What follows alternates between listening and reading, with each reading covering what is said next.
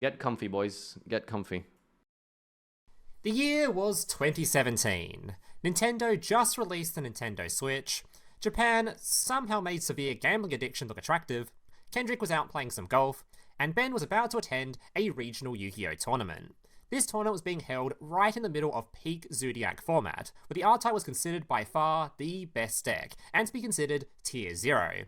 For those of you unfamiliar with this term, it basically meant in terms of power level, Zodiac was here. This was the year that BA died. And It died every year, but you know, it also died here. everything else was down here. Despite this, Ben wasn't much of a Zodiac enjoyer himself, so he decided to prepare something else for this event.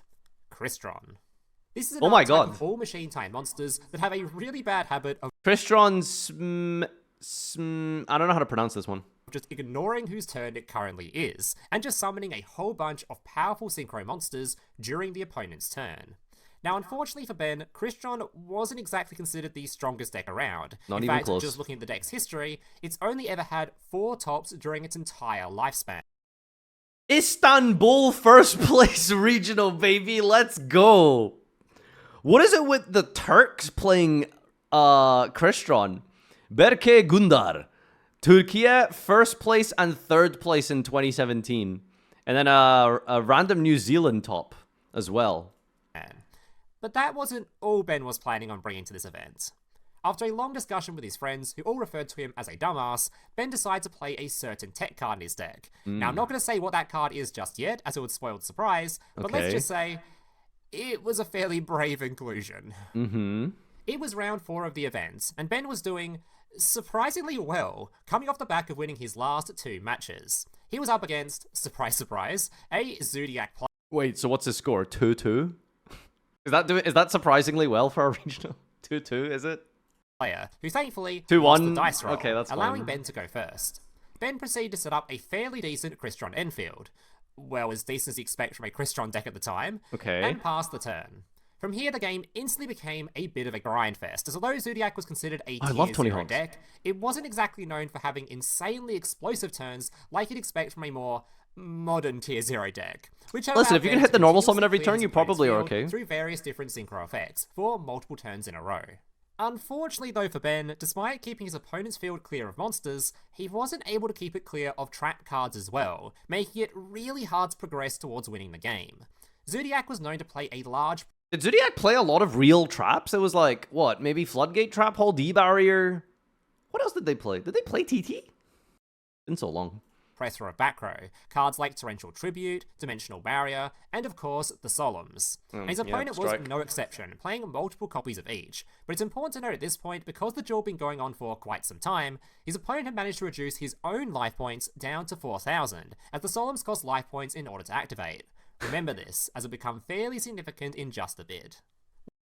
This guy gonna like flip reversal quiz or some bullshit?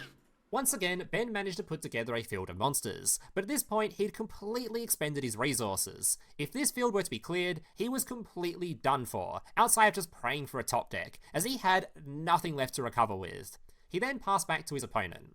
Ben watched his opponent drew a card from their deck, before a grin slowly began forming from the corner of their mouth.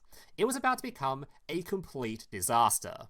Without hesitation, his opponent declared the summon of Winged Dragon of Wrath. Now, for the people that don't know of this card, despite the name, this card come on, shut up, there's no way. Nothing to do with the god card you probably recognize. In a competitive setting, in a monster-heavy format, gonna summon this Ra, card is isn't often he? used as a very powerful form of removal. In order to summon this card, you must tribute 3 monsters. But here's the catch. These monsters do not have to be from your field. They can be from your opponent's field, to which it is then summoned to the opponent's field to take their place. To make things even more powerful... On random, like, tangent here, I tried to summon Sphere Mode by tributing 2 of my monsters and 1 of my monster. It doesn't work like that. But I tried it. I don't know how cards work. Because it says, requires 3 tributes from either side of the field to normal summon it to that side of the field. And then shift control during the owner, blah, blah, blah. Okay, to be fair, I suppose if you read it properly, it does actually make sense. But I thought you could do 2 in 1, you know? powerful because all you are doing is just a standard normal summon, the monsters tributed aren't even given a chance to respond, to try to dodge the removal or gain some sort of advantage. They are just instantly cleared. Ben's field was completely wiped and replaced with a completely worthless 0 attack egg. Hey, listen, it's not worthless. There was a small glimmer of hope though. At this point, his opponent had also completely run out of gas, leaving him with a completely empty field. That's why you're outside 08. of a singular This number unknown keeps getting set bigger. back row. It was down to a top deck war, which, to be fair, is never a position you want to be in against a Zodiac opponent, considering literally any Zodiac or Zodiac Searcher drawn, which makes up for more than half of their deck, leads to a Zodiac combo. And at this stage, Ben would have zero chance to recover from that. It was now or never. His opponent passed the turn, allowing Ben to draw a card. If this draw missed, the game was more than likely donezo. He placed his hand on top of the deck, before slowly dragging out a card and flipping it over. Useless. Ben had drawn a brick. A completely dead draw. This game was well and truly over. What is a brick in Crystron? You top deck any card, you can discard and summon Self-Hefnir, can't you? If you summon any name, you can pop your face up sphere mode and summon a guy, right? Crystron, like, I'm pretty sure the Krystrons, like, do that. Every card's a brick? No, that's not true. Well, at least it should have been. Ben began to smile before looking his opponent dead in the eye. I activate Sphere Mode Effect. I told you, I knew it. Before Ben watched his opponent's jaw practically hit the floor. You see, Sphere Mode has an additional effect. How the card was used competitively wasn't actually how the card was intended to be played when it was designed. It was meant to be played inside of a Winged Dragon of Ra themed deck, hence the name. After summoning itself to your opponent's field, during the next end phase, it would swap back to your own field, to which you were then able to use its additional effect to tribute itself and summon the god card himself straight from your deck, with 4,000 attack. Now this effect was generally considered way too slow, and most of the time your opponent wouldn't leave the egg on the field anyway. Oh shit, he's also paid for Ra Solemns. was actually a pretty dookie card himself, meant that this effect was largely ignored or just straight up forgotten about. But you see, there is one small thing about this card that a lot of people don't often realise. Sphere Mode doesn't actually specify who is allowed to use this effect. So, theoretically, if you were to do something completely and utterly psychotic, like put a single copy of an unusable Divine Beast into your deck, that will just be completely unsummonable outside of specifically the off chance that your opponent hits you with a Sphere Mode, yeah, you could probably see where this is going.